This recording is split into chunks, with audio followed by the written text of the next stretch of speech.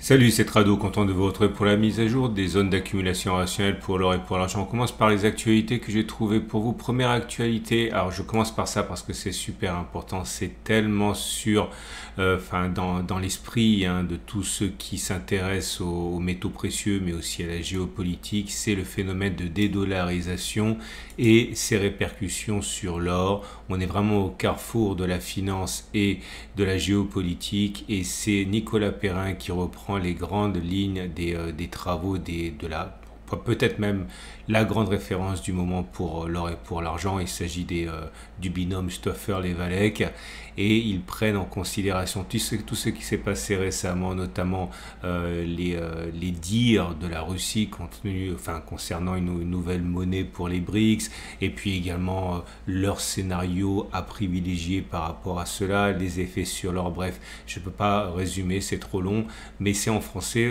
pour le coup et vous pouvez le retrouver, il y a un lien en dessous de la vidéo. Deuxième article que j'ai trouvé pour vous, c'est beaucoup plus technique, il faut souvent s'en tenir simplement aux conclusions tant ça l'est.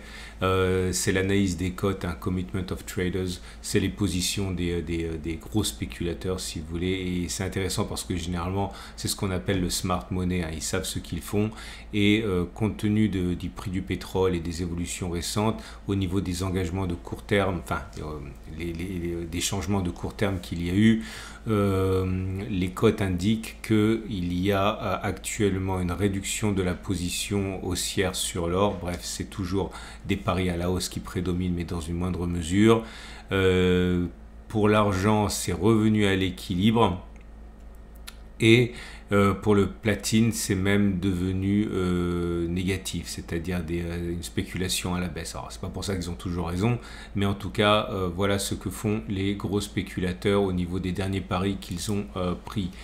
Troisième article, beaucoup plus court terme, celui-là c'est pour expliquer la hausse à laquelle on a assisté ces dernières heures, voire ces tout derniers jours, la hausse de l'or qui est directement liée à la faiblesse du dollar, pénalisé par les grèves, dont on se demande quels seront les effets réels si elles perdurent ces grèves. Et comme d'habitude, l'or et le dollar évoluant en sens inverse, eh bien, la faiblesse du dollar s'est traduite par une augmentation épidermique à court terme de l'or. On passe aux zones d'accumulation rationnelle. Je vous rappelle que mon format vous est proposé par mes deux sponsors, au coffre qui vous propose d'acheter de l'or, de l'argent, et de pouvoir ensuite le stocker dans des coffres ou le faire livrer, mais éventuellement le stocker à l'étranger comme en Suisse, et vous avez la possibilité encore une fois d'interagir directement avec d'autres acheteurs via cette plateforme, vous permettant donc d'acheter, de vendre directement avec d'autres investisseurs. Et mon autre sponsor que vous connaissez également, Veracash qui vous permet d'acheter de l'or, de l'argent et d'y adosser une carte Mastercard, tout ce qu'il y a de plus classique. Donc si l'or voit son cours monter, bien tout simplement vous pouvez dépenser plus. C'est très pratique, c'est très novateur, j'en ai une. Bref, vous avez des liens en dessous de la vidéo pour découvrir ce que vous propose au coffre et Veracash. On passe à l'analyse des zones d'accumulation rationnelle. Et on passe donc aux zones d'accumulation rationnelle. On voit que l'or rebondit parfaitement sur sa zone d'accumulation rationnelle ici, ancienne zone de résistance qui a été cassée, qui a changé de polarité, sur laquelle on rebondit puisque c'est devenu un support. Pour l'instant, rien ne permet de penser que la hausse soit terminée, surtout que la tendance de long terme est haussière, la tendance de fond est haussière. Prochaine zone d'accumulation rationnelle, 1790, 1760 si on y retourne. Les bougies Aiki-Nashi indiquent que pour l'instant, je l'ai déjà dit, mais c'est positif. On est sur un régime de grandes bougies vertes sans mèche basse, autrement dit, il est plus plausible que l'on continue de monter plutôt que l'on ait fait les plus hauts. Et on passe à l'or libellé en dollars cette fois, et là la situation est identique, un parfait rebond sur les 19,04, 18,84 qui est zone d'accumulation rationnelle. On arrive à se hisser au-dessus de la M200 et au contact de la M50, tendance de long terme haussière, tendance de fond neutre, bougie Aiki-Nashi favorable avec des grandes bougies vertes sans mèche basse, autrement dit les plus plausibles que l'on continue de monter. plutôt que l'on ait fait les plus bas. Je vous rappelle qu'en dessous de la vidéo, vous avez un tutoriel pour apprendre l'accumulation rationnelle et également un tutoriel Aikinashi. On passe à l'argent.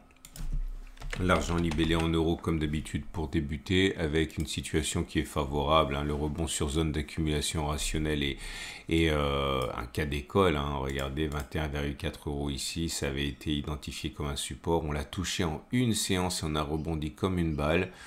La progression d'ailleurs est loin d'être mineure, puisqu'entre les plus bas et les plus hauts en l'espace de 3 jours, on a pris 4,5%. On arrive à se hisser au-dessus de la M200, mais pas au-dessus de la M50, mais de toute manière, elles sont plates. Donc, c'est-à-dire que la tendance de long terme et la tendance de fond sont plutôt neutres, avec un ballottage favorable haussier. Je dirais les bougies Aikinashi indiquent qu'il est plus plausible que l'on continue de monter plutôt que l'on ait fait les plus hauts, puisque c'est des grandes bougies vertes sans mèche basse. Et c'est la même chose pour l'argent, mais libellé en dollars. Bien que moins fringant, ça reste quand même positif, avec un magnifique rebond sur zone d'accumulation rationnelle à 22,9 $. Vous remarquerez qu'on est sous la M200, sous la M50 et qu'elles sont plates, donc la tendance de long terme et la tendance de fond sont plutôt neutres, avec ballottage défavorable au haussier, mais c'est pas mauvais du tout, d'autant que les bougies Aikinashi demeurent quand même assez positives avec des grandes bougies vertes sans mèche basse, pas aussi positives que pour l'euro, que l'argent en euros, puisqu'il y a une longue mèche haute ici, mais bon, ça reste quand même très encourageant pour la suite. Voilà. Il me reste plus qu'à vous remercier pour votre fidélité. Vous retrouverez tous les articles que j'ai mentionnés sur mon site. Vous avez un lien en dessous de la vidéo pour y aller. Je tiens déjà à vous prévenir et à m'excuser du fait qu'il n'y aura sans doute pas de vidéo samedi. Je m'offre quelques jours de répit en famille. Les choses devraient revenir dans l'ordre pour la vidéo suivante, le mercredi. Il est possible que je fasse quand même une vidéo pour l'or, mais ne soyez pas surpris si vous n'en voyez pas. Ce n'est pas a priori certain que je le fasse. Donc je vous dis à très vite. Pensez à vous abonner à ce format si vous l'avez aimé. Mise à jour le mercredi et le samedi, sauf quand je suis en mode vacances. À mercredi pour la mise à jour.